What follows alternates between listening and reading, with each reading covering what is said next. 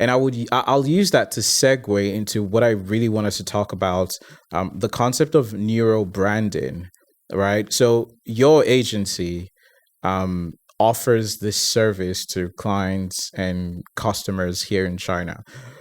First of all, how's that business so far? How's that business been so far? It's pretty okay. I Okay. can't complain. Yeah. Okay, that's good. So let's bring it down to neuro branding. What is neuro branding and why is it significant? So neurobranding, as it's pretty self-explanatory by its name, it's a combination of neuroscience and branding. It stems from this concept of neuromarketing that was established, oh God, I don't remember the years, but a while ago, Mm, and has been very popular amongst all of the 500 Fortune companies around the world. And it studies because like if you think about this, right? If you do anything to do with customers, anything to do yes. with human being, actually, Yeah.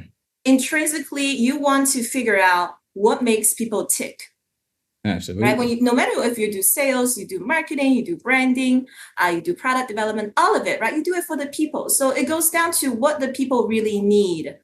And as time goes by, science has pushed us to a place where we are in this unprecedented time that we have so much knowledge about the human mind. And so my obsession has always been the human mind. I started being obsessed with philosophy, realized a lot of philosophers ended up killing themselves, and I didn't want to go into that. So I pivoted my interest into psychology. Figured, hey, it seems a little more pragmatic, Mm. and I uh, I was obsessed with it for, I don't know, like by now it would have been 15 years. Wow. So Okay. it's the kind of obsession where I would just constantly read everything about it, and I'm really sucked into that world of knowledge. Um, and then when I discovered neuroscience, I realized, oh wow, there is a whole other layer to the human mind, Yes.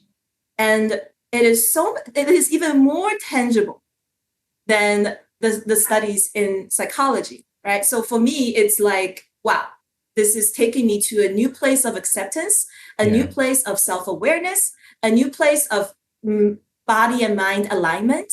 So naturally, I wanted to use that because it helped me so much in my personal growth, and it helped me so much improving my neuroplasticity through all of the technique that has been proven to be functional nowadays. I thought, like, I've been in marketing for 10 years. I've been working with clients from my first business in 2000, I think it was 2013. It was like such a no-brainer to combine these two together. I just sat there and I'm like, hey, when you do marketing and branding, you want to get to people's mind. You want to make them feel good. And there is this particular science that studies all about what makes people feel anything, right? Yeah. Why don't we bridge them together? And it was actually really funny because I didn't learn about the concept neuromarketing and neurobranding until I searched neuroscience marketing. Because when I had the idea, I was like, I have to find out, like, if I can think of it. Somebody must have thought about it at one point, right? Like, I am not the smartest human being on earth. Like, I am 100% confident stating that I'm not the smartest person on earth. So if I could think of some idea like that, I assume somebody else already did too. And, love Google. That's what gave me sort of this new direction. And the moment I found out about neuromarketing and neurobranding, I just got really, really, really sucked into it because at the time I was doing brand strategy and I was doing design work. And in my freelance experience working with clients, one thing that really bothered me is just how intangible the whole process is, right? I create a design, I create a visual asset, and then I show it to the client. And then really it comes down to just me and the client or a few other friends going like, oh, I like this. I don't like that. Why? Yeah. No, it's hard to say, but I just feel like I prefer this one. And everybody has the same ambiguous feedback that just drove me Yes. nuts. I studied science growing up. I'm not somebody who would like be happy with ambiguity from all different angles, You right? need Like data. I need data, exactly. And then lucky us, the data is out there.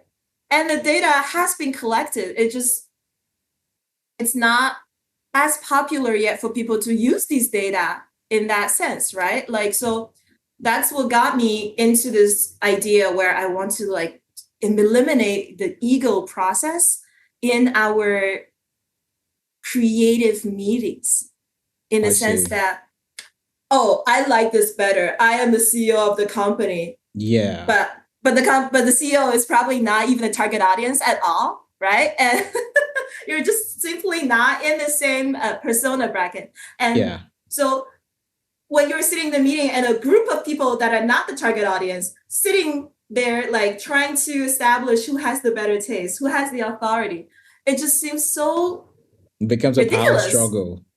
It just doesn't make sense. Exactly, the power struggle. But when you're serving the clients or the market, your ego is completely irrelevant, Absolutely.